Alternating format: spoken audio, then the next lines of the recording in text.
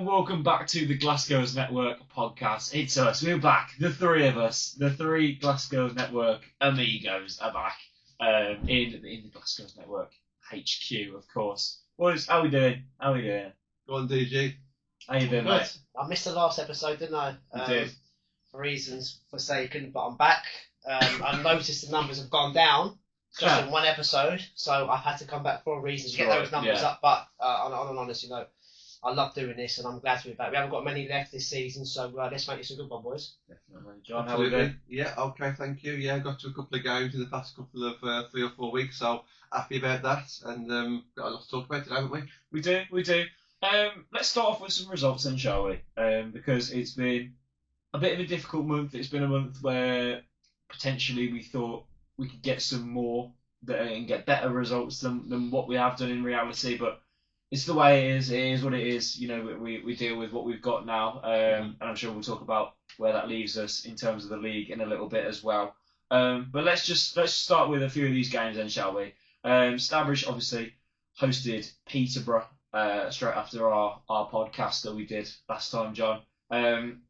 Peterborough are pretty good, aren't they? It turns out the league leaders who are unbeaten, who guess it, they're actually pretty good at football. Yeah. Massively disappointing, but again, no major surprise. I think that was a game where we kind of knew that, okay, it's not one that was really going for. We didn't want the goal average to be probably as bad as it was, but generally, we didn't really go into that game expecting to get too much. Peterborough showed us a lot of respect by playing a lot of their top players, and they obviously smashed us in the first half, and the damage was pretty much done. DG, I know you was at the game, so you could probably give a bit more of insight to me in regards to what you thought of the game, but when I was following the Twitter, it was a little bit disappointing to say that we kind of lost so many goals in the first half, really. Yeah. We got caught cold early, didn't we, Kieran? You were sitting by me that game. Yeah. I think within a minute we went 1-0 down. That's not a great start against the league leaders, as you said. Silly mistakes at the back, playing out from the back. I mean, you discussed it at the game. Don't understand why they were doing that. Obviously, this is critiquing, it's not criticising. But let's be honest, it's okay to lose games. I mean, you're losing to the top of the league that haven't lost a game. That they're probably the second best team I've seen down at the War Memorial Ground this season after rugby. It's just one of those you've got to accept. There was effort there at times, but they were just better than us. And that's okay. It's okay to lose. But we dusted ourselves off. We've gone on to the next game. Hasn't been great going forward, which for reasons we'll probably elaborate on. But Peterborough are a good side, and I wish them the best of luck. There's not a lot else we can really take out of that. It's okay to lose, and in life there's always going to be teams or people or whatever job you're in or whatever part of life that are going to be better than you, and I wish them all the best. They're a good side. We struggled at times. We played some good football in patches, but it just wasn't enough. And we lost. We moved on, and we are where we are now, boys. Yeah, definitely. Peterborough are looking like they're going to go up to Tier 3, obviously. Unbeaten currently, like we say, and John, they're a side that we've quite admired the women's section of for quite a few years, haven't we? They've got a good little setup over at Peterborough. Like I said, they turned up at the War Memorial Ground with a van that was specifically for social media, Peterborough. Yeah. So I don't know if that's the men's side as well as the women's side, but to have a car with that on there is just a great dream of many people that are involved in social media. So look, the great setup. We've followed them ever since we was in Tier 4.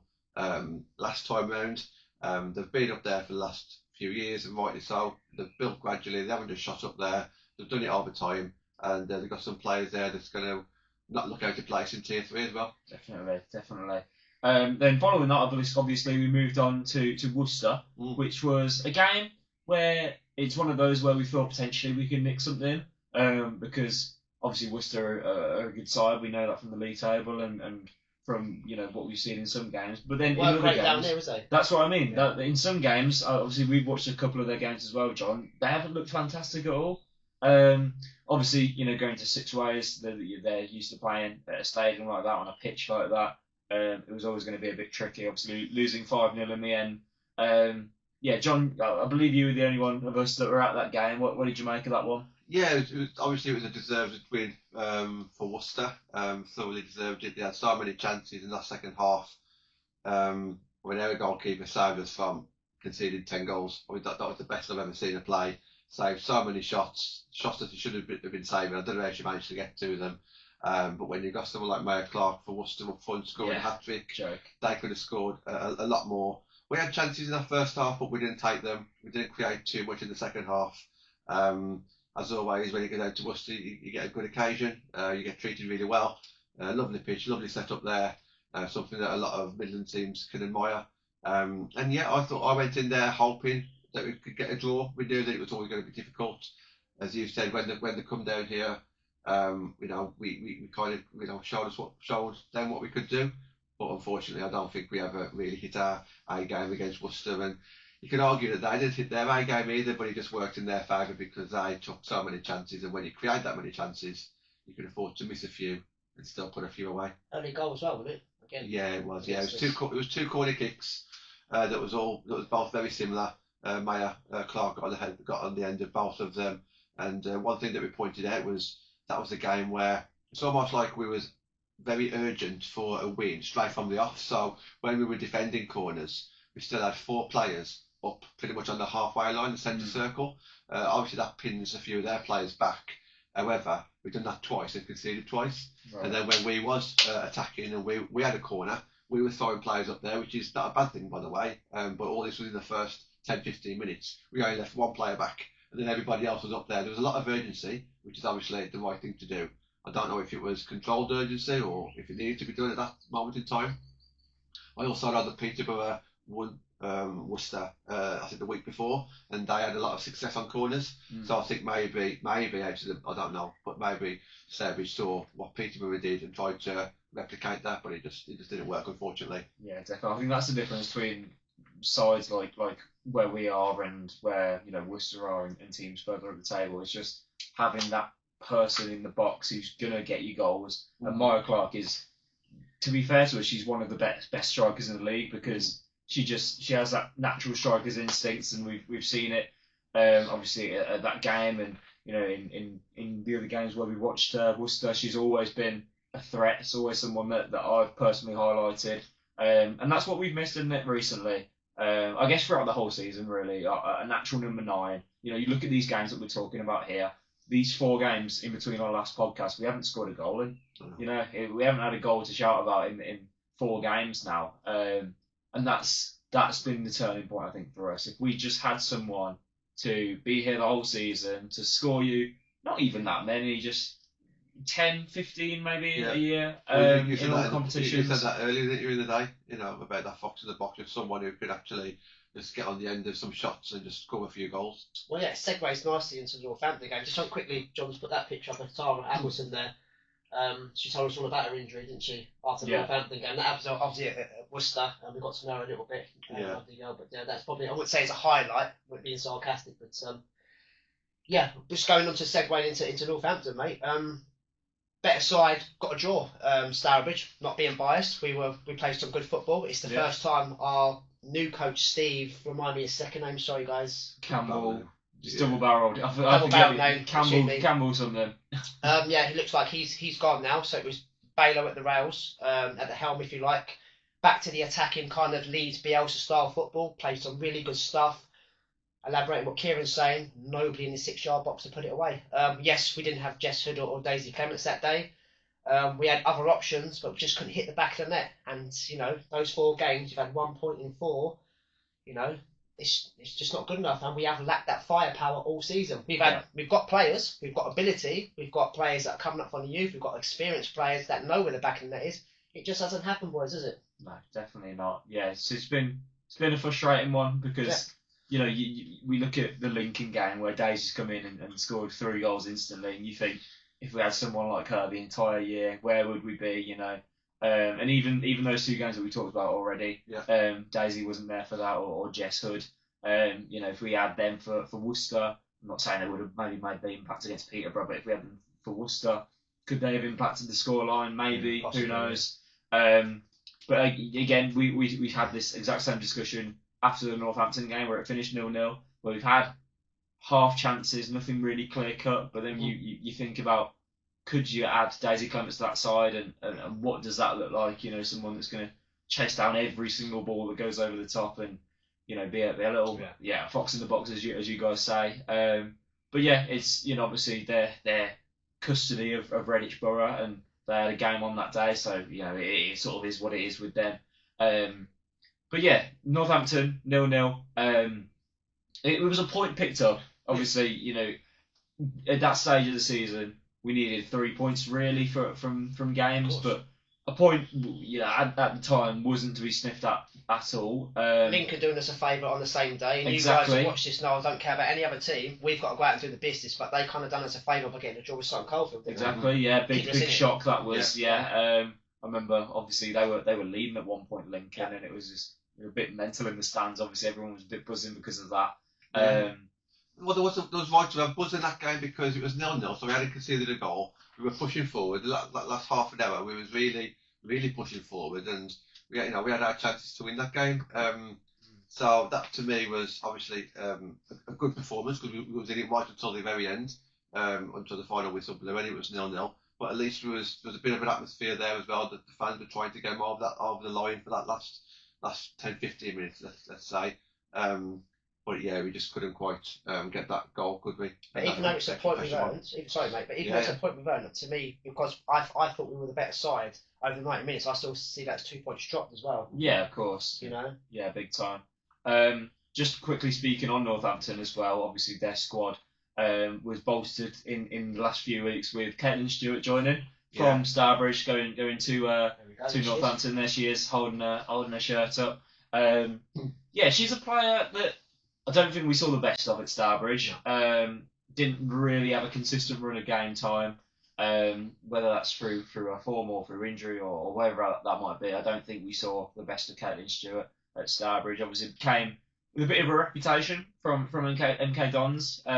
We spoke to a few people that knew her and said that she's a very, very good player on a day. Favour on Manazu. Yes, of course. Yeah, got the favour seal of approval, which is a big thing. But yeah, you know, she didn't really hit you know what we thought potentially of her coming in from MK Dons, but yeah, she moves on to Northampton to see out the end of the season with them. Obviously played against us. I don't think she actually ended up playing against the Sutton Coldfield. She came on against us, didn't she, for the last 10 minutes or so? Yeah. And to be fair, she had a few decent chances in the game itself, you know. There was a bit of nice banter going into the game between her and Sham on socials. Yes. And Sham saying she's got her in her pocket, and they seem to get on, which is nice. I'd like to see that. But Sham started on the bench as well that game, so it did kind of work out that way. So, but yeah, still. Yeah, speaking of Sham, by the way, let's just talk about one of the biggest surprises where we were chasing. Obviously, it was 0-0 in the Northampton game. We were chasing a goal. Yeah. And you look on the bench, and at that point there wasn't many fit attacking options that we could bring on, which I love this from Balo. She goes, Sham, the centre half, the right back, wherever she wants to be playing so far this season. Let's just stick her in the number 10 role. Let her play. Obviously we know Sham. She's a great footballer. Obviously a big physical threat as well. Careful. A physical threat is what we'll say. No Arden Forest related stuff going on here. But yeah. So putting her in the 10, something a little bit different, something that obviously Northampton wouldn't have been prepared for at all. And she did really well, right? She even played there against Sheffield that we'll talk about in a little bit. But yeah, Sham, who knew that she was a midfield maestro at heart? Well, I wanted to say, because when I said that the crowd started to get going, it was a move like that by Baylor, putting her up there, that got the crowd going, because you got the old Lee Murphy days when you needed a corner, when you needed a goal and you had a corner, Lee Murphy, the centre back, would be the one to go up and get a shot away. And score as well in the past as well. So seeing Sham go up there, causing havoc, you know, she did really well. She didn't just go up there as an extra number. She did actually do well when she went up there. And yeah, just by doing that, he got the crowd going as well, didn't he? So we could see that there was really pushing and trying to just get that one goal. Yeah, definitely. And obviously, getting a point there, in our heads, obviously, Peterborough and Boldmere are the two games remaining now. In our heads, we knew that Sheffield, the game after, which we'll talk about in a second, we knew 3 points is pretty much a must. Yeah. Obviously, you know, results can swing in our favour and potentially we can pick something up against Boldmere and Peterborough. But if we're going to try and make it certain, we needed to get something from Sheffield. And we didn't. Lost 2-0 on the day.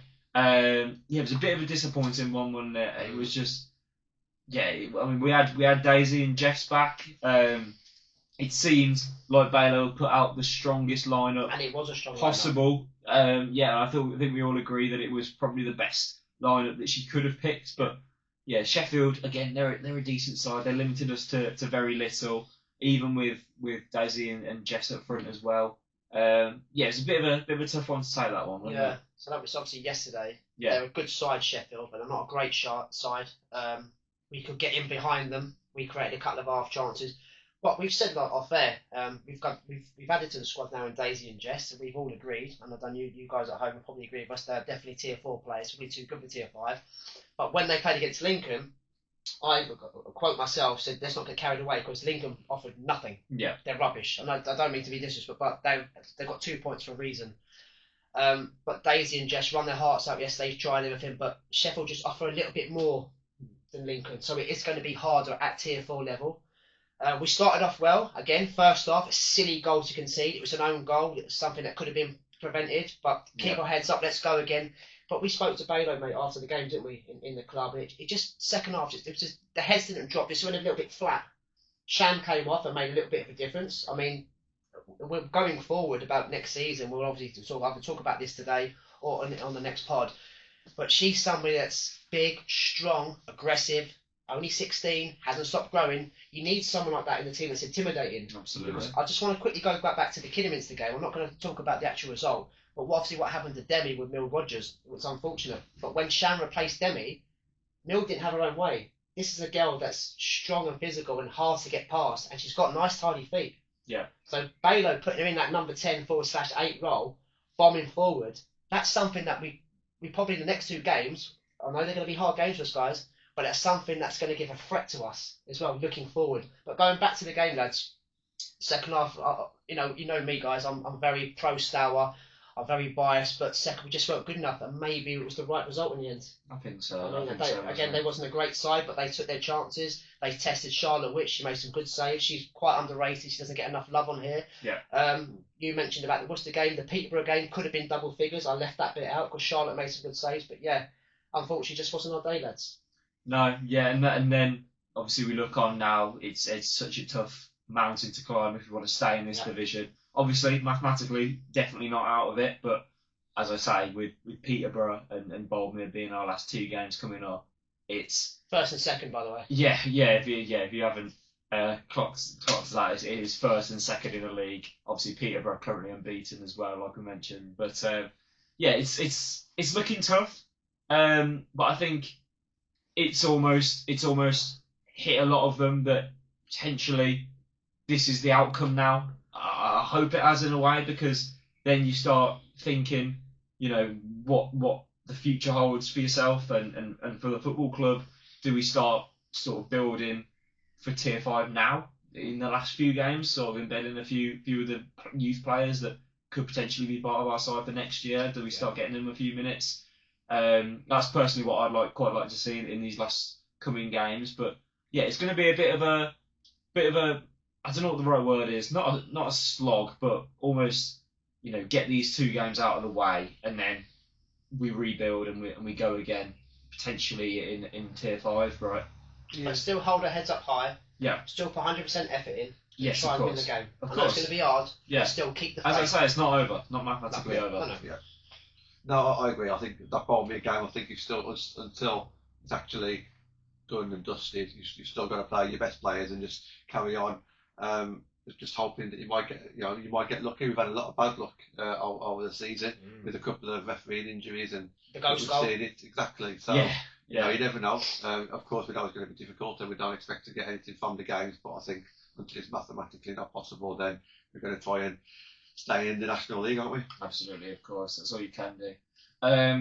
Yeah, let's talk about Stevie and Jess Edwards quickly, because they are both a part of the club now. Obviously, I mentioned Stevie just there slightly. But Jess as well. Jess is a really, really disappointing one not to have for the last little run in here. Yeah, because obviously a very, very talented footballer, a unique footballer because of her size and her physicality as well. And just, another string to our bow that we've lost, really, in terms of an attacking threat, isn't she? 100%. I mean, when you see tall players, and obviously you guys watching Stourbridge know she's a tall player. She's come from the under-16s. I think she only literally turned 16 in the winter time, around about December or something like that. you assume tall players going to be kind of clumsy and a bit of a calamity and things like that. Far from it. You know, Balo's put faith in her. She's given her a chance. There's X amount in the under 18s at the moment, but she's given faith in certain players. And Jess is one of them. She's scored probably one of the goals of the season, if not the goal of the season, which we'll elaborate on later. And she's been a big part of this side. She's fitting in very, very well. If she's not in the starting lineup, you expect to see her on the bench. And I've got to be honest. I've started talking to her and her mum and I in the club and whatnot, and I'd love to see her back here in the red and white stripes. Definitely. She's only 16. She's got a long career ahead of her. And wherever she does, or wherever she goes, and wherever she chooses, just please keep playing football. Yeah. Because you're good enough, you're an exciting player, you can score goals, there's something about you, you're calm, cool, and collected in front of goal.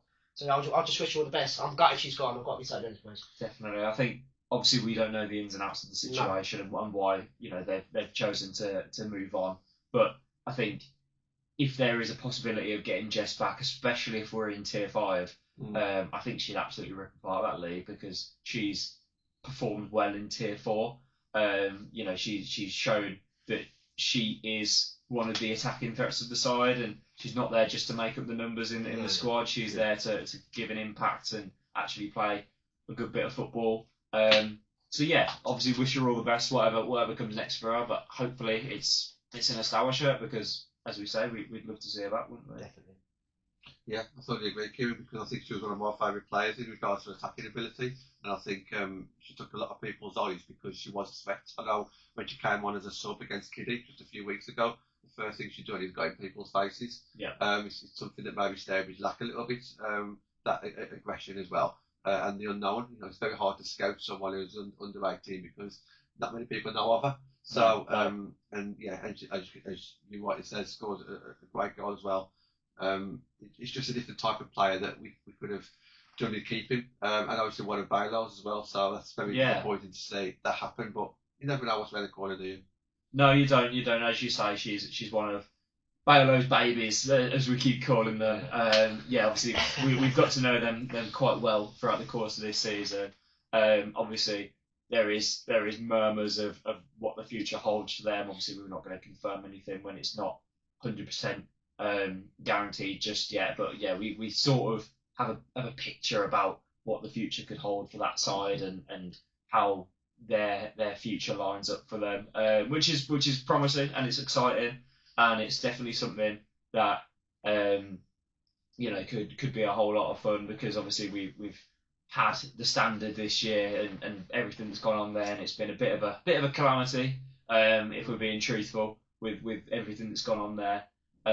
So yeah, obviously we wish everyone that's part of that side all the best. Hopefully, you know, as we keep saying, if we're a Tier 5 side next year, your players like Frankie and Jess and especially Bella Martin and you know that I'm sure Dave, you know, a few more names that's involved in that side that could really be, you know, contending and definitely even starting for us next year. There are the two regions. Yeah. The list is endless. Goalkeeper, probably Joe Spain. Yes, of course. Yeah. And it's promising in there because we know that some of these girls that are playing for us right now aren't going to follow us into Tier 5 because obviously they're too good. You know, there's obviously Kate and Dealey's going off to play in America. Yeah. Your likes of Ella Brennan, Liv Owen, there's a few more names I could mention as well, but they're not Tier 5 footballers. We know that, and it would be silly to think that they would stay with us. I'd love them to, don't get me wrong. I'd absolutely love them to stick with us, but especially at that level when you're playing in some horrible games against horrible teams. It's not for them, and they deserve more from their footballing career. And we understand that, we respect that. We want the best for them, of course. So yeah, it's important, I think, that we start building and looking towards the future. And if Balo's under 18s are the future, I think it's important to sort of begin embedding them as soon as you can, really. And well, just on that, before you move on, I 100% agree. And like we speak to Megan all the time now after the game. She comes and sits with us for a couple of hours, has to talk about the game and all sorts of things. There's a terminology used, especially about Frankie Mayfold, drip feeding her.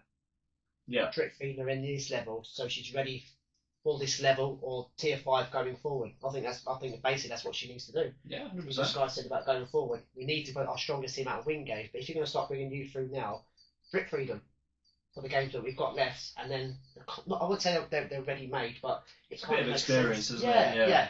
And that's the luxury that we haven't had in the last 12 months because so many players have come and gone. We've had to throw players in at the deep end, whether it be last season, throwing maybe 3 or 4 players into tier 3, and this year throwing under 18s into National League. It's very, very hard to expect too much from them, and you shouldn't expect anything from them. So I agree, you got to do it gradually, haven't you? And they also need to be in around people who will look after them on the pitch and off the pitch as well. I guess the most disappointing thing about this is that it's practically what we've been saying about Standard throughout the year.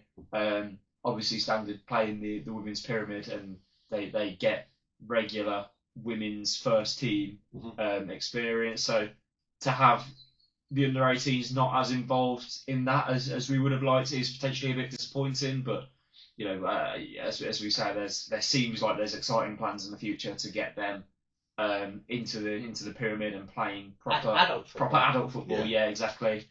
Which is what they need at their age. They're most of them are they 16, 17? Yeah.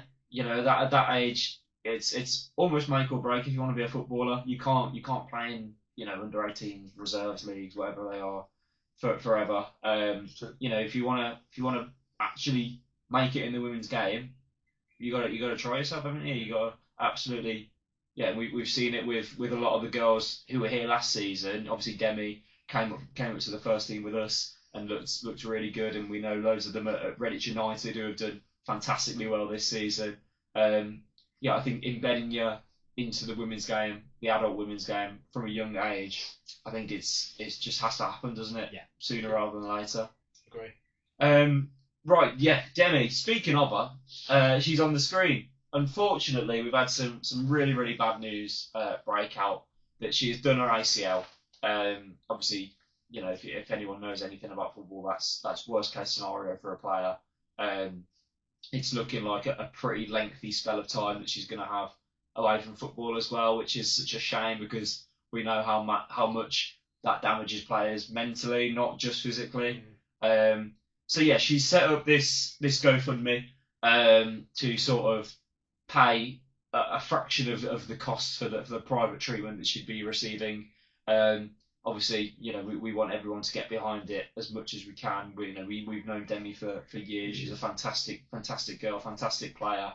And yeah, so I presume we're gonna leave the link in the description. So if you anything that you can give to support Demi and her journey back to fitness would be absolutely massively appreciated from us as well, because it's just frustrating, isn't it? Because she was doing so well this year, and then it's consistent. Yeah. You've called her that all year. You've really, really rated her.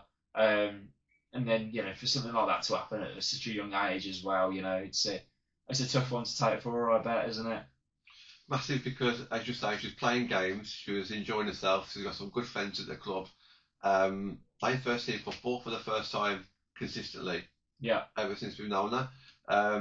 She's always played in a variety of positions previously, where it looks like she had that new position nailed on this season. Yeah. And keeping some decent players out of the starting 11. When she had that injury, you never know how bad it's going to be. Obviously, she didn't carry on, so it's going to be, a little serious. But you never realise that it's not going to be as big as it is. But yeah, fantastic to see so many people getting on board with this, and just clicking the link. We'll put something in the description with the comments, so you can support where you can.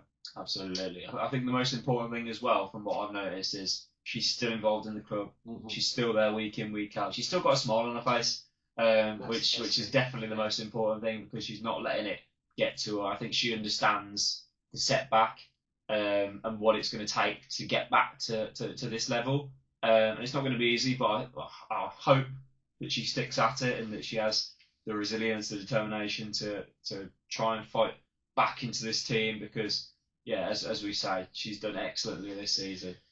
We spoke to her yesterday for a good hour. She was telling us, so anybody that's watching this now, go into the links, just put a $5, whatever you can afford. She's going private because she wants to be playing back at this level.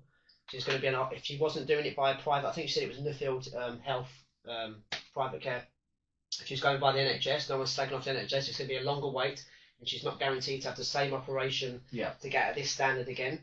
she's got to look for 80% of it herself. So anybody else that can chip in with the rest of the 20%, like what us boys are doing, and everybody else that's chipped in, go for it. Definitely. But as well as that, she was part of Maxon's team last year at Standard, scooped all 3 awards. She was more or less nailed on to go and play for the first team, which she has. Never lost her place. And let's be totally honest, boys, how much I love the girls. Would Katie Wesley and Sham, the right backs, and Erin to an extent, who has played there, do they take her place? I'm not too sure. So it's such a shame it's ended like this season. Luckily, she's only 20. She's very, very young. She's got a good 15 years probably left in the game. So if she's going to have this, which we don't want her to have, it's better to have it now than kind of when she gets to 25, 26, has to rebuild again at a later age, past her prime.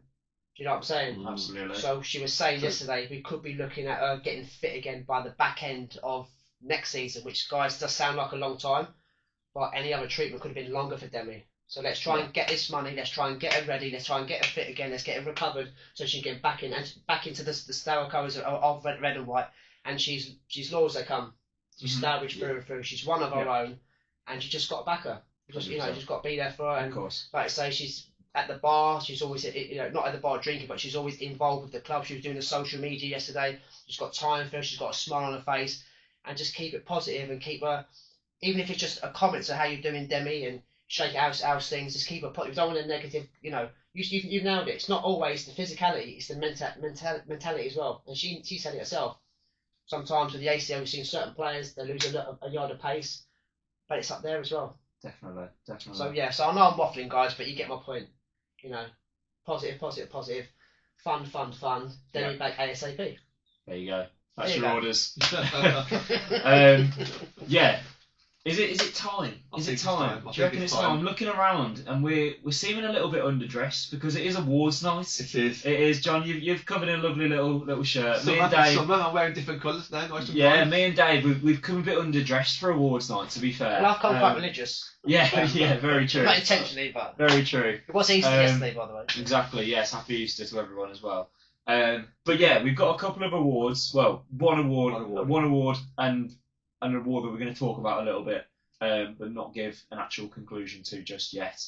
And that is the Fans Player of the Season. John, you've been busy. You've been collating all the results. You've been asking millions and millions of people who their Player of the Season is. And it's been varied, right? There's been a whole host of names, hasn't there? It's been great. So what we'll do is, I think DG wanted us to give our players of the season, and then we'll give. I don't know results. who's won it. I think. Do you guys know I who's won the know. overall? You I don't have know. no idea. I Still told don't John know. I purposefully don't want to know. So it's a bit of a surprise. Yeah. But yeah. The late votes for today, wouldn't they? Yeah, They came in this today is to kind of I had finalise. to knock on a few people's doors to get their heads well dressed up. No, I think first of all, yeah, it's Fans Player of the Season. So, if you win this, you're in a room full of good people because we had Alex Nicklin win it in Tier 5, we had Zoe Clark win it in Tier 4, we had Hannah Fishwick win it in Tier 3, we had Harriet Grimshaw win it last season in Tier 3, and now we've got a new player to add to that list. I think when you think of Player of the Season, it could be absolutely anything. So people voting based on maybe personality, based on talent, based on progression, based on being a club person, based on absolutely anything, based on impacts. Someone that's like impacted a certain period of games. So everyone voted for different reasons, and even today I could vote for a different player. Yeah. I think this is the tightest season ever. Absolutely. Yeah, by far the tightest season ever, in my opinion. I think Zoe Clark ran away with it. Harriet definitely ran away with it. Alex Nicklin in Tier 5 could have been other players, couldn't they? So this was very, very tough. So we put it out there, and we've got some percentages to read out after we give our individual ones about like who got what percentage as well. But it could have been one of 4 maybe, really. Yeah. So I'd say more. Well, it could have been more. You can argue, based can't you? on- Absolutely, yeah, definitely. It's there in the conversation, and it's, as you say, such a tough year with so many players standing out for so many different reasons, both on and off the pitch. But yeah, should we kick it off then? Yeah, do you want to go first with you guys for then we just go around? We Do, can. do your top 3 because it's tough. Because I hadn't thought about that. the reason why I say this is because you've kind of said it's been so tough this year. Rather than just going straight to them, Okay. Because you've had to think about it in your head. I know you personally, it's always been the same for you. Yeah. But there's also players involved. You think, "Do you know what? Maybe she can creep in." I found this so hard. I've got to be honest. But you keep us up, brother. Top 3. You hadn't prepared me for this, huh? Oh, good. So top 3. I think in third place for me is Caitlin Dealey. I think she's been the unsung hero of our midfield. I don't think she's got the plaudits where a Bella and an Ella have. And obviously, I'm absolutely gutted that she's going off to America because we could really do with her next year. And she loves the club, and she's been so open in saying when she returns home for a winter break, she's wanting to play for us still, which is absolutely fantastic. You can do that. Wanting as well is the key word. Yeah. She loves the play. She loves the environment. She's a really nice girl to talk to off the pitch as well, and on the pitch she's a real battler and a real fighter. And she's one of the players that after the Sheffield game showed a lot of emotion because you can tell how much it meant to her. Which is what you like to see. We have so many players come and go, and those who aren't, really that arsed about what they're doing at Starbridge. They're here. They're not as committed as some of those. But yeah, to see her give her heart week in, week out. She covers so much ground. She puts so many tackles in. She's very, very good on the ball as well. For me, she's third place, I think. It could very easily change. Yeah. Second, I'm going to go with Liv Owen, skipper. I think she's been incredibly consistent. We've spoke about her likeness to Tilly Phantom, who is also a fan favourite for many reasons. But she's hard as nails. She'll go through anyone. She's very good on the ball. She's got a killer pass in her locker as well. And she's howitzers as well, goals. Yes, exactly. Yeah. Couple of free kicks, I believe. A couple of absolute worldies. Yeah. I think she's second. Obviously, a leader as well. It's not been an easy season. We've needed someone to sort of steer the ship when Balo can't do it all herself on the pitch. I think she's done a really good job. Obviously, coming this season from Sutton Coldfield, being named instantly as the captain, I think that speaks volumes about her character and the way that she is. For me, she is second.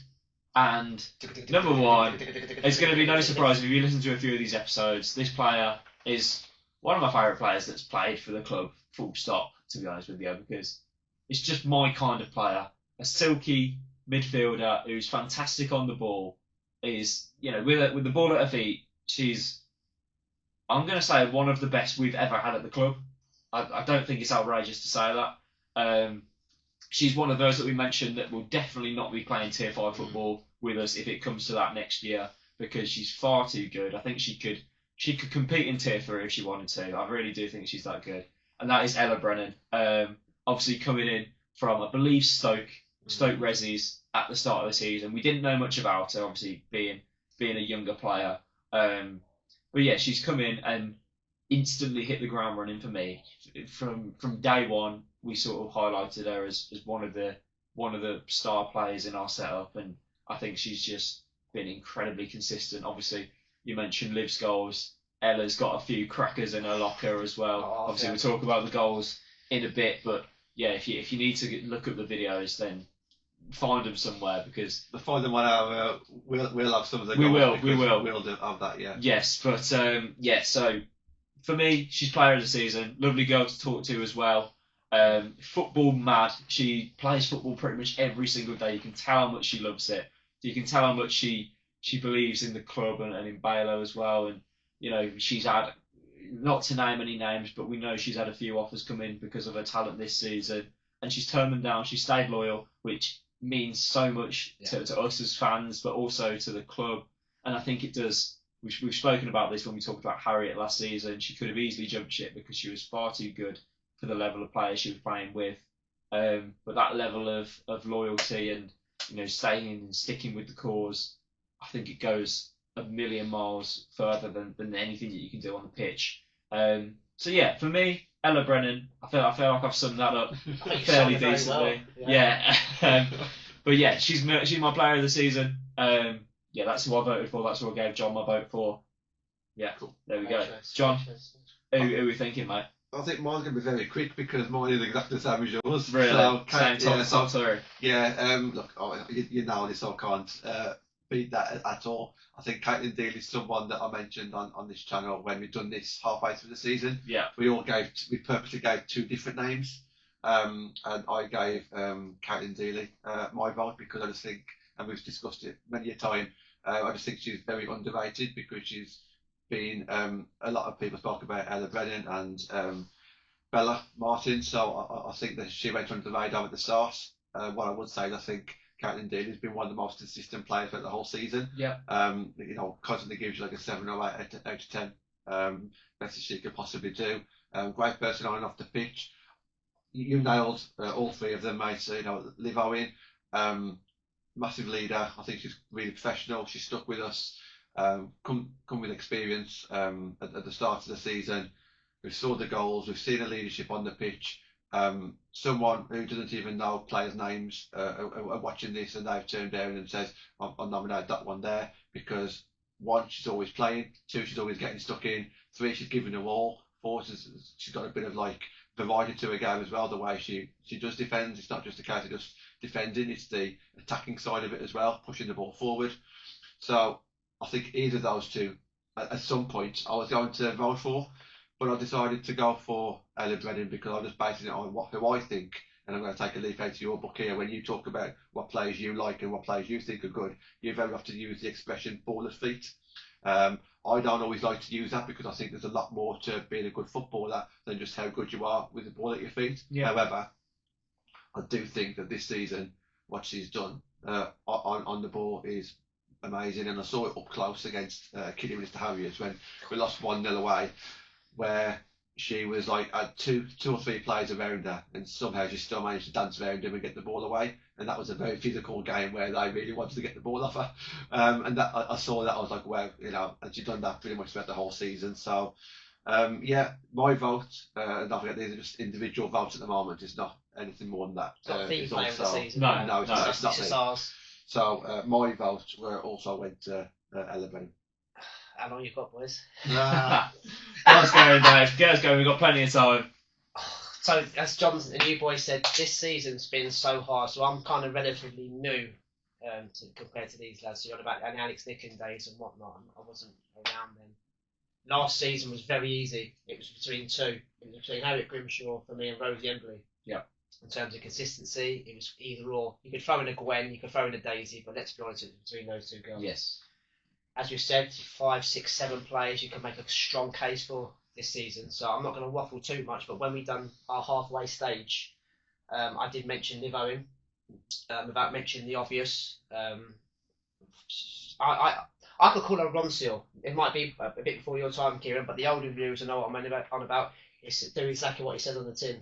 Right. And that's what she does week in, week out. John just said, I think it was either on about Caitlin or Liv.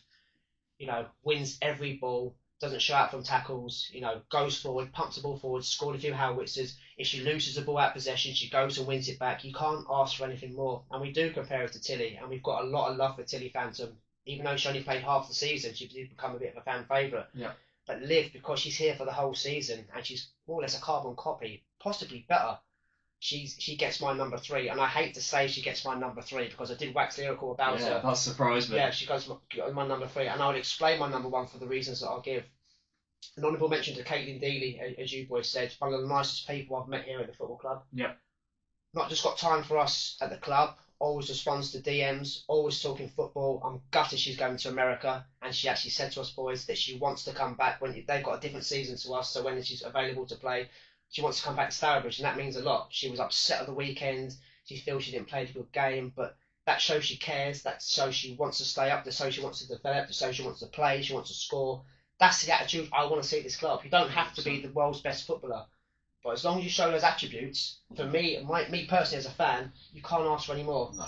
So, and you're right, she has been kind of neglected between the other 2 girls that are next to her in that midfield, especially the first half of the season. She has been neglected, and it's work. We need to kind of wax lyrical about her because she has been a forgotten person, but we're giving her the love now that she needs and respect her for.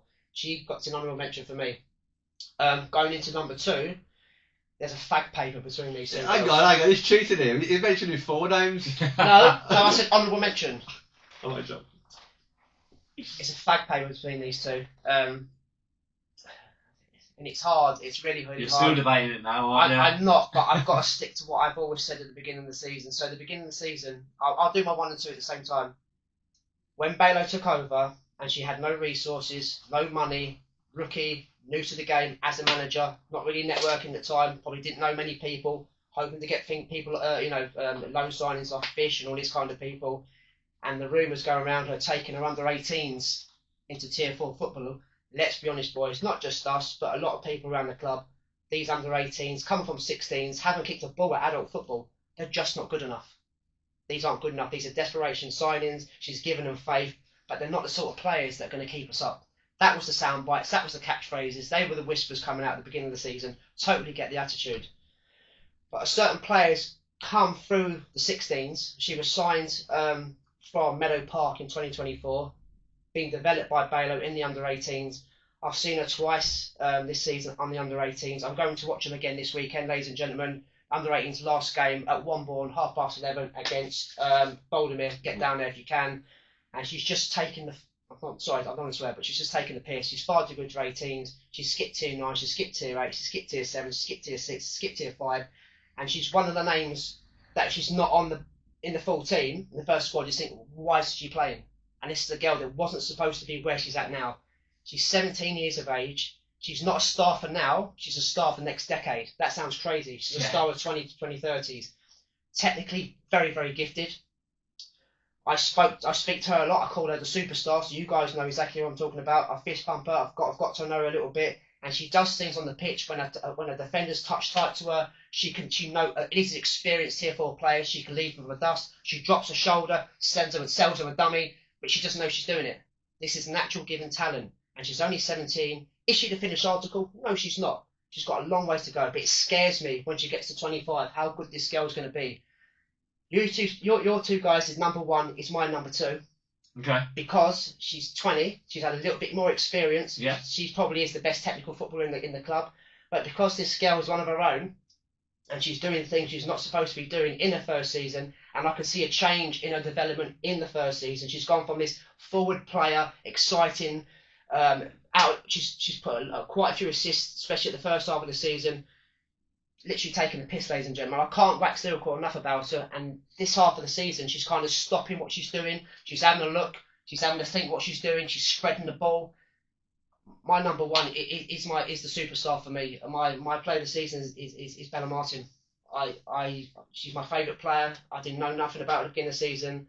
I've fallen in love with how she plays the game, and I think she's got a massive, massive career. And it will kill me next year if she leaves.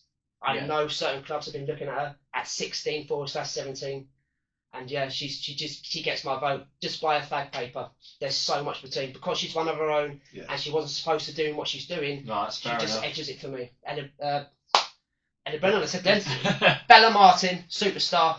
Fair play, mate. My play of the season. That's fair enough. I think, you've put it brilliantly there. There's not much between any of those names that we could have said there. I think you can make a very, very good argument for a large majority of the squad, right? Yeah. Even the ones that have left, obviously, it's a bit odd. Can I just say, I'm glad you said that. Sorry, boys. Glad you said that. It's made it, I know it's been hard, but it's made it easier for Ellie Mae Locke and Darcy Cartwright leaving. Yeah. 100%. It's made it a little bit more easier. Yeah. 100%. Yeah, I think if Darcy had stuck around the entire season, Cool, yeah. she'd definitely be in the conversation as well. But it's a bit awkward, like giving it to a player that hasn't stuck around and hasn't seen out the full season with us, which is a shame. But obviously a very, very talented footballer. She's missed, by the way. We'll give her a plaudits 100% because she's been fantastic for us this season. Obviously, I'm not sure what the future holds with her and Kidderminster Harriers for next season, but you know, if she's a local girl to Starbridge, and if she's willing to come back, we would absolutely love her back in a heartbeat. But yeah, obviously, you know, with so many players that could be in the conversation, obviously Demi before her injury, and people like Erin who sometimes go under the radar, Charlotte as well in goal that we mentioned. Very, very worthy contenders for this award. But Molly May Summers, again, hasn't scored the goals as a striker, but what she does give you is grit, hard work, 100%. You can She never never knock stops that. running. She does a job for the team. You know, so 100%. she deserves honourable mention, like most of them, Key. 100%. Right. Shall we do it? That's the Shall we do it? while you're I'm looking. gonna. Is it covered? I want to read it from the bottom up. It's covered. It's definitely covered. It's definitely Right. covered. So Go for it. we've got percentages. John's done a lovely little percentage. So there's 5 names on this list. 2 of them have got 8% of the votes. One of them has 18%. One of them has 25%, and the winner has 41% of the votes. Big. Right. I have no idea who's on here. You guys have seen this. I have no idea who's on here. So we'll go from the bottom up. Firstly, with 8% of the votes in, I guess, joint 4th place, is Bella Martin, Dave's player of the season. Superstar. Yeah, there you go. I mean, you've spoken absolutely loads I about her. can't sell her anymore, can I? No, absolutely not. If you have a look at this podcast, if you watch everyone all season, the name that's probably got mentioned the most is probably Ella and Bella. Yeah, definitely. As you say, I think she'd be an absolute joke in Tier 5 if we end up there next year. I would love to see her stay. She's been phenomenal. Obviously, one of our own. No more needs to be said about her, I don't think, because Dave has absolutely chewed everyone's ear off about her already. But joining her in 4th place is, with 8% of the votes as well, Jess Edwards. Wow. Gorgeous. Yeah, Gorgeous. love it. Again, it's a similar story, isn't it? She's so young, come from the under-18s, bypassed standard and all the tiers below, and come straight into the first team, obviously scoring a couple of goals, and one of them being an absolutely spectacular one against, I believe, Hull City. Yeah. So yeah, she's done so well this season. Obviously, not currently with the club, but as we've said when talking about her previously, we hope to see her back because she's extremely talented. Here we go. The top 3. Who could it be? I wonder. Who could it be? You don't know. The top 3 with 18% of the votes coming in is Liv Owen. Liv Owen, skipper. I mean, that surprised me a little bit. I thought she might be in and around the Started off well. Yeah. Wow. I A mean, lot of the first votes was for Liv. really. The ones that responded the quickest was for Liv. Okay. So they obviously felt very strongly to get in there. Yeah. I mean, you've asked how many people do you reckon you've asked in total for this? I've asked it over about 25, but I didn't get that many votes back. But, Right. To be fair to John, he's asked 25 that are actually watching the game. Correct. Yes. Not people that aren't watching the game, I'm guessing. So these are people who actually come to the match. I've and had watch know the that game. stuff. Yeah. Private message people. Including us three as well. Yeah. Like. So it's not just in our group chats who Steerage fans from the past who may not have watched as many games this season. I've actually inboxed people, and you know who you are. Yeah. I've inboxed you personally to say, look, I've seen you at the games. One of the guys, I don't even know his name, but I know that he's there because I follow him on Instagram. And they've all gave me a reply. Yeah, and just on that as well, if you want to get involved in stuff like this for next season, obviously come and connect with us. Obviously, we're all on social media. Drop us a follow, drop us a message, and come and join the Glassgirls Network collective. So make it a family, innit? Exactly, that's what it's all about. So, in second place, with 25% of the votes, who do you think it is? Oh, I don't even know. I want to look at Q's face. 25% of the votes in second place is Demi Phillips. Wow. Demi Phillips. Fair play to her. I think if she hadn't had that injury as well and she could have seen out the whole season, I think she could very much be up there herself. Yeah. Going for that number 1 spot. But yeah, fair play to her. Very popular girl, isn't she? She is. Obviously, like we mentioned, she's always smiling, always got a bubbly personality with her. We're massive fans of Demi. There she is on the screen. Obviously, we want to see her back on that pitch as quick as possible because who knows? Seasons to come, she could be winning this award. Yeah. She's a fullback, by the way. Yeah. The player of the season. I'm not saying it's like a Ballon d'Or, but it's kind of designed for forward players. Absolutely, they're the ones that take the plaudits. Yeah. Realistically, but yeah. Let's crown our winner, shall we? The fans. Here we go. Go. For 2025-26, with 41% of the votes, it's none other than Ella Brennan. Where is she? There she is, looking all happy. There she Great is. picture to have for that. It is. Yeah, that's really summed her up. That has. She's what more do we need to say about Well her? deserved. Yeah, well massively. deserved. Obviously been a standout from minute one since she's walked through the door. Yeah, I'm buzzing with that. Obviously, she's been my fan favourite for the entire year. And you know, wherever she ends up next year, we'll follow her journey with eagle eyes, because she's not only a good footballer, but she's a great person off the pitch. When we've been chatting to her as well. Great family, obviously. They're And Hugo the dog. yes, Hugo. of course, the most important member of the Brennan household, Hugo. What a character he is. But yeah, obviously the family, I believe they've watched one or two of the videos, so if they are watching, hello. But yeah, Ella Brennan, our player of the season, our fans' player of the season. There you go. I think that's Well worth an done. applause, mate. It is. Well done, Ella. Obviously, we're going to be sorting out some sort of prize and getting a photo all together for the coming match. Yeah. So yeah, stay tuned for the pictures and stuff on socials when Champagne that or happens. Prosecco, Ella? Yeah, let us Let know. Let us know. But yeah, there we go. It's wrapped up. Brilliant. There we go. Brilliant. Some Let's good players talk quickly then about another award. Yeah. Goal of the season. Jeez. There's a whole lot to go This through. is harder. Yeah, I think this is harder. Oh yeah, That's because all. there's been so Cool. many good ones. Yeah. It's go on, John. No, what we'll do is we'll put a collection of these goals at the end of the video, and then what we want to do is DG's idea, and it's a good one. Instead of us deciding it, you just let us know in the comments or message us individually, so you guys get to choose it. Yeah. We can all shout out ours now. I mean, I'll go straight off the bat. I heard about Liv Owens, but we never saw Liv Owens. I don't know if you've seen it in the group chat just yet. Yes. Thanks, Liv, for sending it to me. Not the free kick one, although the free kick was still a belter. The one, and I can't remember who it was against, but she's literally driving it up from the centre circle, pushing forward. Instead of making a pass or passing backwards or doing anything else, she takes a shot from God knows how far out. Just started halfway line, wasn't it? Yeah. I'm trying to think who that was. It Barnsley potentially? It was an away Barnsley, I think game it where was. I we think heard it was all about it. Barnsley, Yeah. We heard about it, didn't we? But we didn't see it or anything. That for me. But there's been several shots. I think pretty much every goal is outside the box on this short list of 7 Every or one 8. of them are, yeah. Yeah. So yeah, let us know. But you guys just shout out yours because there's a few. There's a few. Yeah, for me, Jess Edwards' one against Hull that we've mentioned is up there, because it I think almost she was came out of 15, Kieran. nowhere. I think she might have been 15 when she put that in. As well. Potentially. That's ridiculous. She's definitely a young age, but yeah, for me, especially, that was the FA Cup, I believe.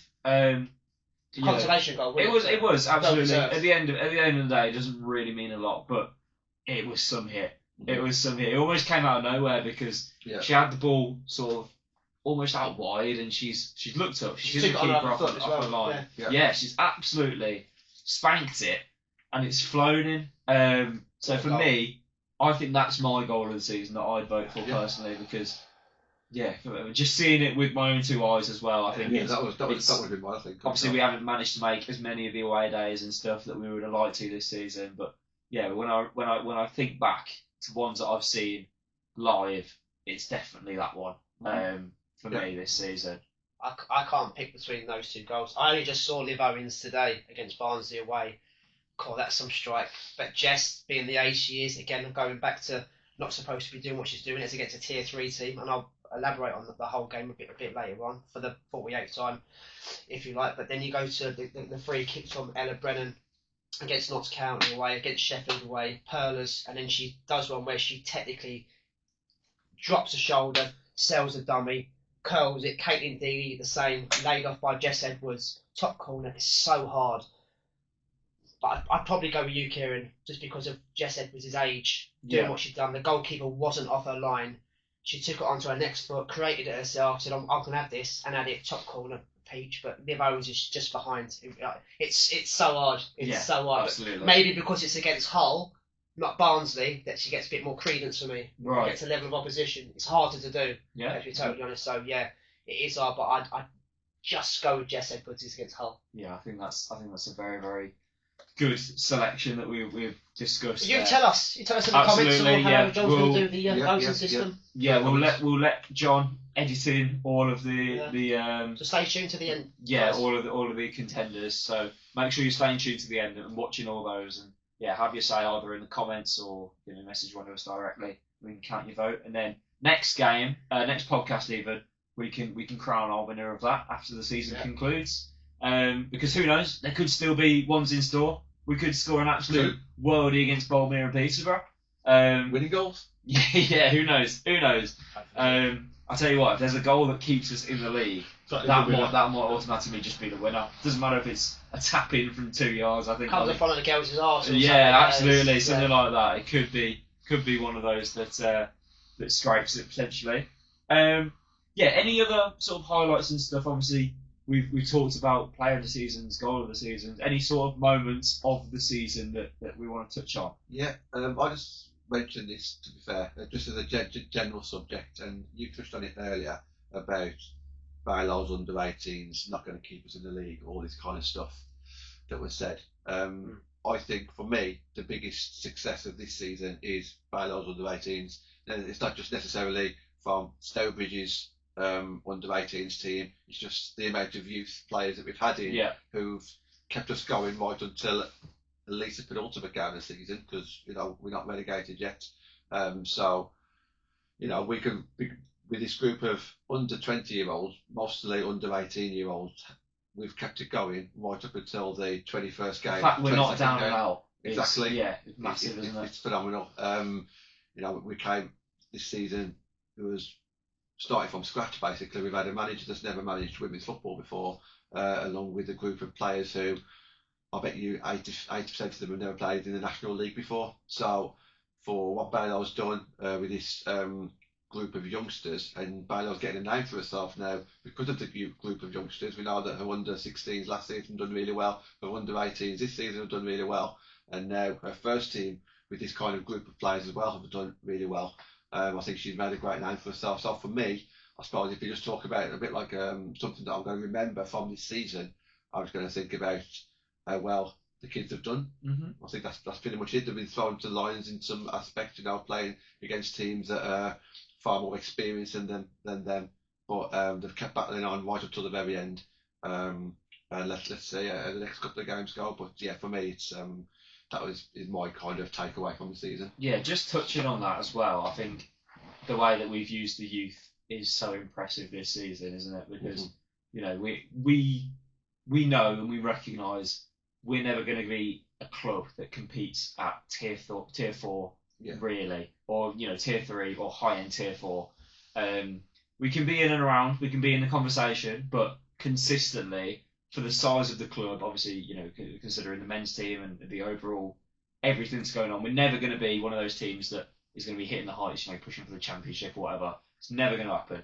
So I think if we can develop this sort of philosophy of being the team in the area where young players come to and they feel happy and they want to develop their own skills before moving on to your Boldmeres, your West Broms, whatever it might be. Yeah.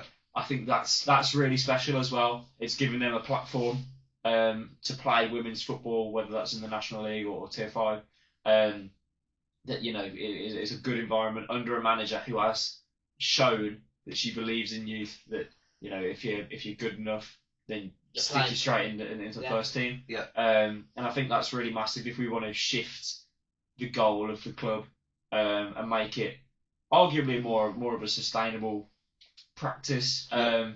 Because as I say, footballing wise, in terms of the club, we're not going to be up there, and that's absolutely fine. We know what we can do, but with what we can do, with where we are, we need to make sure we're getting the best out of that. And if that's developing youth from our own teams, or getting players from Diller's Academy, Birmingham's Academy, that want to come and play first team football and then push on elsewhere, for me that's just as important, because it's them giving those players the opportunity, right?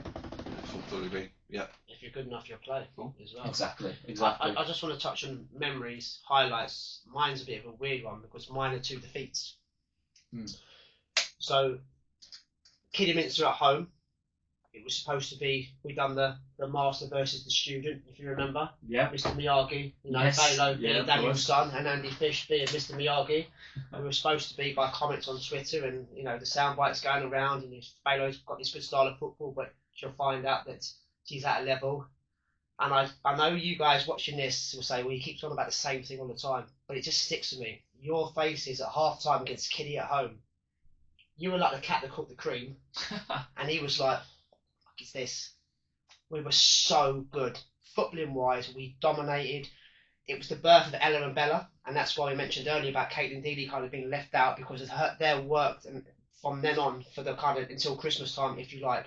I was so proud of them that day. The only thing that really we lacked was a goal. You know, one mistake all it was, and I was just so proud of them. And that's a defeat. And also, again, to the whole game, you look at the result. Oh, you got beat 7-1. Yes, we did. But we was in the game, how mad that sounds, we was in the game losing 7-1. And Jess's goal kind of gave us something that we deserved. We deserved. We went 1-0 down. Right, let's dust ourselves off. Let's go again. 2-0 down. We kept going. Against rugby, that's the only time I kind of seen a Balo team's body language and head drop because they were just too good. Hull were very good. But we fought to the end. And as a fan, nobody likes to lose games, let's be honest. We all want to see our teams win trophies, win the league, all that kind of thing. But going back to reality, as you said, we can't compete in Tier 4 at the top. When I see 11 girls out there put an effort like that, giving zero fucks, going forward, we're losing 7-0, but we're going to attack, we're going to score, we're going to test the goalkeeper, come on. That, to me, speaks volumes. Yeah. So I've given highlights, 2 defeats, but I'm so proud of those girls. Those two games I'll never forget from this season. Because I think they've definitely done me proud, they've done themselves proud, and they've done Balo proud, and they've done the club proud, irrelevant of the score. Effort, desire, wanting to play football, things like that go a long way with me. And that's why I'll never leave these girls. Ever. I will never walk away. I will never be a Johnny come lately. And because we're not winning games, I'm walking away. Never. With that attitude and the way Balo plays football as well, I'm just sold. I'm gutted that it looks like we're going down. Mathematically, we're not, guys, at the moment. But I'm just so proud of what she's achieved with little that she's had. Mm-hmm. Yeah. Especially the footballing style as well. You know, I've said it many times before, but yeah. 2 defeats in my highlights, sorry. How crazy that sounds. Yeah, but no. You get my point, don't you? Yeah, definitely. I think my personal highlight is sort of just elaborating on what I spoke about just a second ago, is that it's almost the shift in people's opinions and people's ideas about what Stourbridge is, and I think that's happened this season. Yeah. Obviously, last 2 seasons, I guess, it's not been a positive place at Stourbridge, really. We've had our positive moments, but overall, we've been a club on the decline. And I think a bit of stability is what we've needed, and it's not come. But I think next year, obviously dropping out of the National League structure, going into Tier 5, if that is what happens, I think we can start again. And I hope that some of the players stick around, and I hope that Meg sticks around, and we create this foundation where Stourbridge becomes that desirable place to play football again. Because I think any one of the girls that joined in the summer would tell you they took a risk. Mm-hmm. They took a massive risk in a club that has the reputation that Stourbridge had at the time. And you hear so many different things in football, and not all of them are true. But there's so many rumours going around about Stourbridge, and everything that's going on over the last 2 or 3 years. So yeah, it's for me, it's important that it has shifted. I think if it hadn't, I think it's gonna look even bleaker. I think you spiral down even further, which obviously none of us want. But for me, I feel like the opinions of people outside of the club that don't know everything that's going on, but have a good idea of women's football have changed, and that's because of Meg and her players and her staff and what she's done and how she's competed, and the fact that we haven't been dead and buried at the bottom of the league by Christmas. For me, that's important. That's my highlight. The fact that it almost seems like Stourbridge are a couple of moments away from being a real turning point.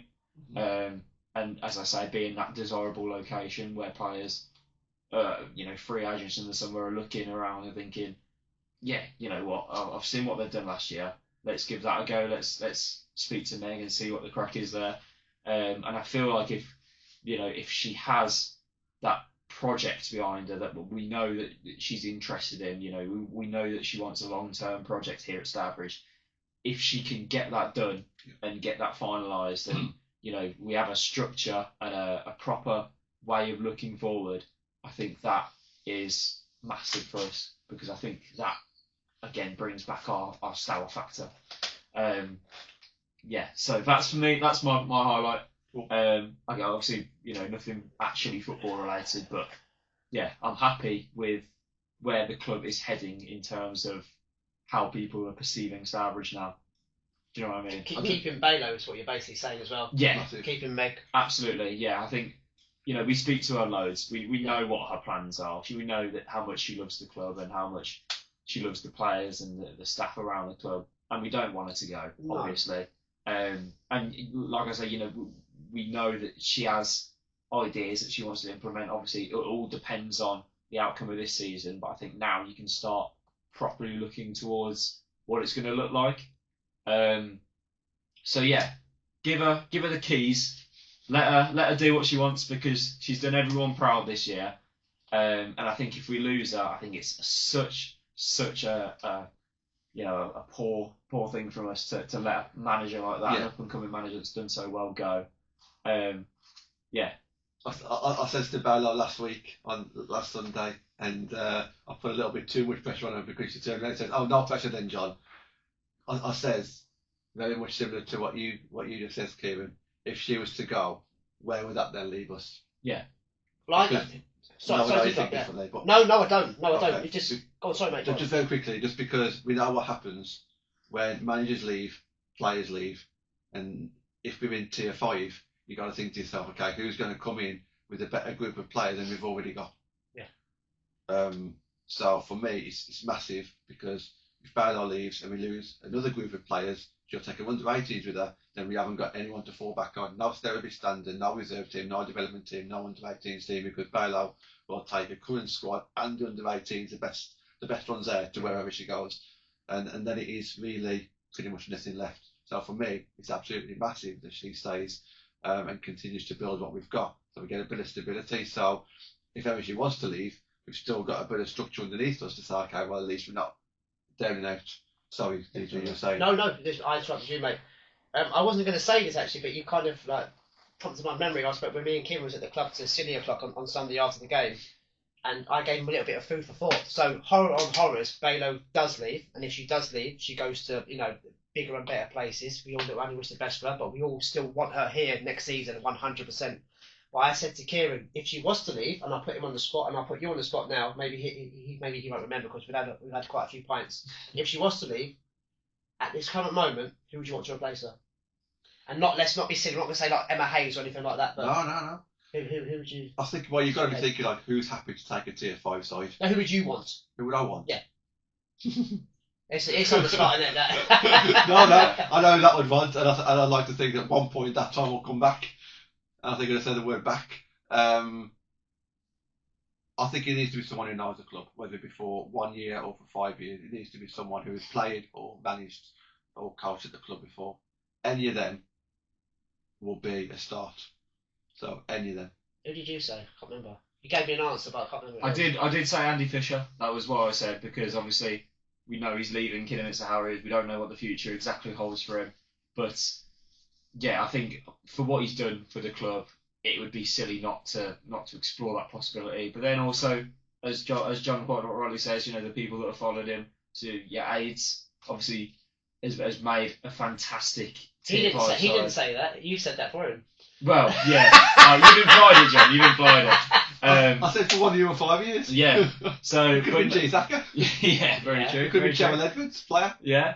No, but Aid for me has built a fantastic tier 5 side in Roachborough, and for him to sort of bring his pool across. Yes, they weren't good enough for tier 3, but tier 5 they'd absolutely walk it. Tier 4, I think they would have been fine. Absolutely. If Aid had kept that side in tier 4 when we got relegated, bring in some of Bailo's players that she's brought in. Yeah, I think if you make a combined team That's a tier 4 of side. Aid's tier 3 side and Meg's tier 4 side, I think you've got a very, very strong side there. Yeah. So yeah, if we can go down and and potentially that happens. Obviously, we don't know what the future holds at all, but for me, Aid would be someone who's also up there. I think. Dave, I know you had a bit of a rogue now, didn't you? I had a rogue. Do you remember who it was? Yeah, I do. Go on, tell the people. So I went a different way. Oh, okay. Yeah, not keeping it in the club. I think I know. There wasn't much thought gone into it, but I kind of still maintain. Give us a clue. Reading United's manager. Yeah, Jake. Who goes there? I'd go for Jade Guppy in terms of similar to Balo, quite rookie-ish, but the style of football she's implementing at Redditch is quite similar to Balo's. But it's quite more military, but it's attack-minded. Also, there's a caveat with that. Probably the best social media down at these levels. Yeah. So if Jade Guppy was to come over to here, bring some of those old girls, the old standard girls back with them at Tier 5, I believe some of them, especially with my sponsor Abby Sivens being probably a Tier 5 player, I don't care what anyone else says, our social media will be banging if she could bring that assistant manager with them as well. So there's a bit of a, what's the word I'm looking for? I did say caveat on top, but there's a reason I bring Jade and the social media because let's be honest, guys, anyone else that's watching this that isn't part of Stourbridge, you've got another team, their social media is probably the best around the tier, even possibly tier 3. I haven't seen much better than Redditch United, to be honest. No. And that's all free, by the way. We had that confirmed. We went and watched them, didn't we? Yeah. So yeah, and that's only positive for the club. But no, it was only an idea. Obviously, we want Balo to stop 100%. Fan favourite, the best. Got a lot of time for her, but it was just a bit of food for thought, guys. It's a valid conversation as well because obviously she's done so well this season. She will get clubs would be silly not to ask the question. Yeah. We don't know what the club's idea looks like, whether they want to keep her, whether whatever happens. Yeah, for sure. I think it's a very, very valid conversation to have, considering the future. But yeah, obviously, like you say, we want Balo to stay. Obviously, we hope 100% that she sticks around. And keep some of the players with her. But yeah, let's go on to our final segment then, shall we? Because we've been waffling for almost an hour and 20 minutes here. Oh, blimey. we have. This won't take long, this one, will it? No. So, it's the little segment that we implemented at the end of last episode. Went doing really well, by the way. Lots of comments on our Facebook. Yes, thank you for that. We appreciate it. I thought you were talking about that photograph. I thought that's where he's going next. Oh, no. What do you want to talk about here? Well, I thought that was going to be one of your mentions. But that's not a highlight, is it? So obviously, just let's quickly go on it. The photograph there, that's caused a lot of controversy. We're not going to go over it, but the regular listeners or viewers will know what's happened. The standard, obviously, I'm the jinx of the group. Champions in waiting. Didn't happen. All the girls left to Redditch United and Pastage new. Got a load of new players in. Magson left and it's folded. So not so much a highlight of the season, but a memory, if you like. I don't say like a negative, but it didn't plan out as I thought or we thought for us. No, definitely just not. thought because it's part of the season and it was something we focused on. Just thought we'd just end it with hopefully back soon. Hopefully over the summer there'll be some progression with that. And lead and ball there, by the way, who's with Balo's under 18s. Who knows where she'll be next year? Yeah, 100%. The standard. So yeah. Cool. Definitely, yeah. So let's talk about this Hall of Fame then, shall we? Because last season. Last episode even, we had G Thacker immortalised into the Glassgirls Network Hall of Fame. Obviously everything that she's done. Yeah, she was. Great to see her down there, to be fair. Yeah. She hadn't been there for God knows how long, so really, really nice to see her yesterday. Really. Make it a regular thing, G. Exactly, took us all by surprise. We'd love to see her down there consistently. So, the Hall of Fame. It's sort of my G was your one, John. It's sort of my inductee, this one. Yeah. And it is. First of all, what kind of things did you think about when you come up with this person? For me, because don't forget, it could be absolutely anything to do with the women's section. Yeah. So for me, it's more to do with how I first fell in love with the women's side at Stourbridge. Okay.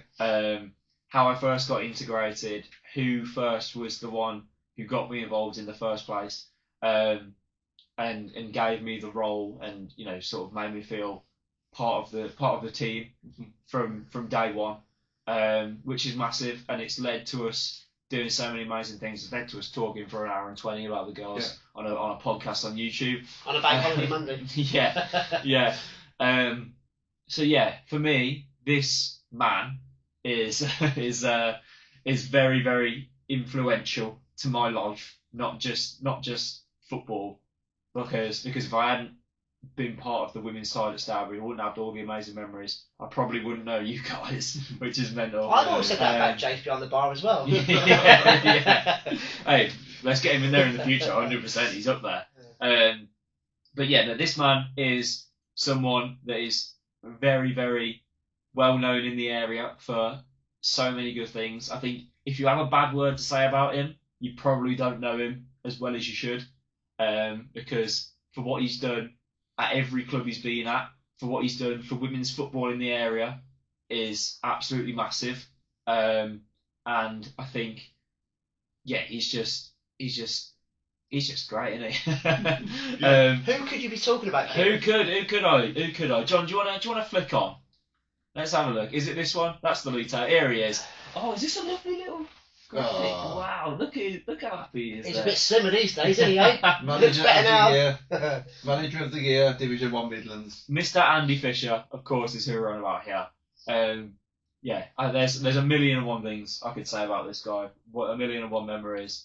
Yeah, just the fact that he integrated me, like I say, into the women's section. I still remember the very first conversation that I had with him about sort of getting involved with doing certain things in the women's section. And yeah, never looked back. Never looks back. And obviously he's gone on to do really, really well at Kiddie. Obviously winning promotion with them last year and keeping them up, it looks like, this season. Obviously stepping away from Kidderminster at the end of the year. Don't know what the future holds just yet. But I wish him absolutely all the best in every regard. Yeah, let's talk about Andy Fisher, shall we, for a little bit? We could talk about Andy Fisher for 24 hours, let's be honest. I think first and foremost, I don't just see him as a former manager, I see him as a close friend. Absolutely. I think it's someone who obviously invited us to his wedding. We actually watched him in the church get married. It's hard to, ever forget that. It sort of shows how close we were at that point in time as well. If ever I've spoken to him since, or even during his time at Stourbridge, he always wears his heart on his sleeve. He'll tell me honestly and openly. He knows I'm a massive fan of Stourbridge and himself, and he'll still speak. If he thinks that he's let us down, or if he thinks that he's made a mistake, he won't try and cover it up. He'll say, "John, I made a mistake here. I should have done this, or I didn't realise this, or X, Y, and Z." Look, he's won 3 promotions. He's the reason why we've got high standards. He's the reason why we won this league that we're in now by 12 clear points, I think, when he was here. Yep.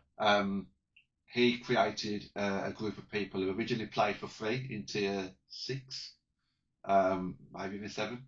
I think it was Tier 6. Played for free, gradually got them paid expenses, knew the area, recruited well on the coaching side and the player side, and was ahead of the curve. He got there before anybody else by paying a few quid here and there, and that's all it was. It was like 30 or 40 quid a month here and there, but it was more than some of our local rivals. And look, we know he's won titles, we know he's won cups, but I think for me, he's just always there, sharing and helping me and helping social media. I remember the first game that I saw him. I actually didn't see him on the first game that I attended, and then when he realised I was there, he messaged me saying, "John, why didn't you come over and say hello?" So I come over and say hello that next time, and he invited me back to the clubhouse afterwards with all the players. Now, bearing in mind, I went by myself. I didn't know any players. I didn't know any managers, coaches. I didn't have any fans there, and I was just sitting in that corner of the clubhouse, like where they used to sit, and I felt like a VIP. I was coming back to the clubhouse. I didn't realise how popular it was then to go back to the clubhouse. It's like a normal thing. However, not many people did because there wasn't many fans back then. So to be welcomed in, and he introduced me to the chairman, the players, and we got on like a house on fire. And I think we agreed on how important social media was, and building a community, building a fan base. And we just carried on from there, really. And I think he appreciates what I did to help him in his era, and I very much, like yourself, appreciate what he did for me. I used to have a Man United season ticket, and I gave that up as soon as I met Fish, because I knew that I wanted to go to Stourbridge more than Man United, for a couple of reasons. But one, because I enjoyed being a part of the project that he was setting up, and it was a very small part, but it was a part, and I think we all felt that way, didn't we? Yeah. So yeah, massive congratulations to Andy, thoroughly deserved. So we've had G-Stacker in there, we've had Andy Fisher in there. I say it's high stakes, you know. High stakes at the moment. Yeah. Is it supposed to be your inductee? Yeah. Well, no, hey, you done. can't mention a Starbridge Hall of Fame without including this guy, right? What are we going to I do? did. I just wanted to put my penny in. Obviously, as I said before the technicalities crashed, you two got a personal relationship with him. I haven't. I came back end of when we won Tier 4. But what I will say about him is his honesty. I watched most of the interviews he does for Kiddie, even though I've got an affiliation with the club, and I do like his honesty. He won't blame the pitch, he won't blame the ref, he won't blame the other side. He calls a spade a spade. We're not good enough, and it's down to him to give him a bollocking and sort it out. So that's what I like about him, his honesty, the way he plays football, and I do think, respect to him and all the trophies he's won, and he set a standard here. But I don't think it's him. We see him. I think he'll be back in the game. I think he loves the game so much. He walked away once and he's come back, and I think we'll see him again. You boys know him better than I do, but I just get a hint that it's not the last we see of Andy Fisher. I hope so. I do hope so. Yeah. Right, should we wrap this up before we get any more storage issues, shall we? Yeah, obviously we're going to put the goal of the seasons in just a moment, so watch them. Let us know what you think. And yeah, apart from that, I think we've said everything, haven't we? It's been a good old episode, long old episode. Sorry about that. Can I add something quickly? Go on. Just remember. And look at me going forward, by the way. Just because you mentioned Aid, I didn't know if you wanted to big him up about his cup final coming up. I don't know. I just wanted to mention about the established link in the Ryan Maxim derby coming up. That's all. Yeah, go for it. So I just want to say.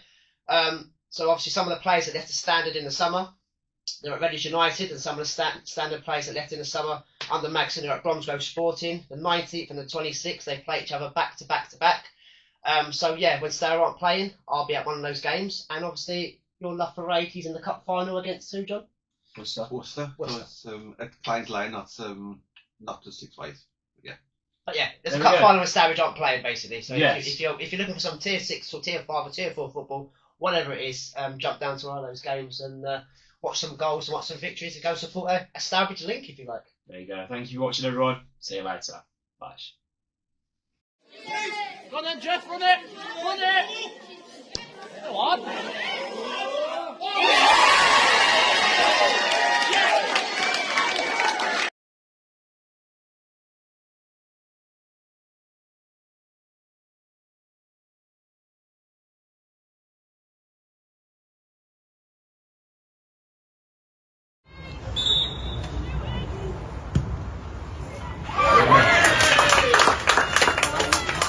Camera.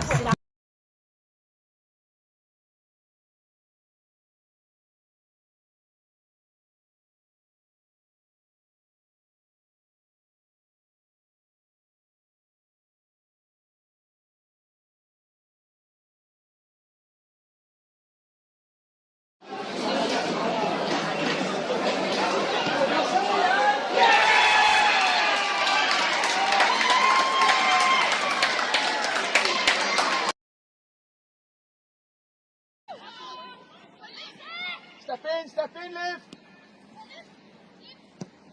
Nice, Liv!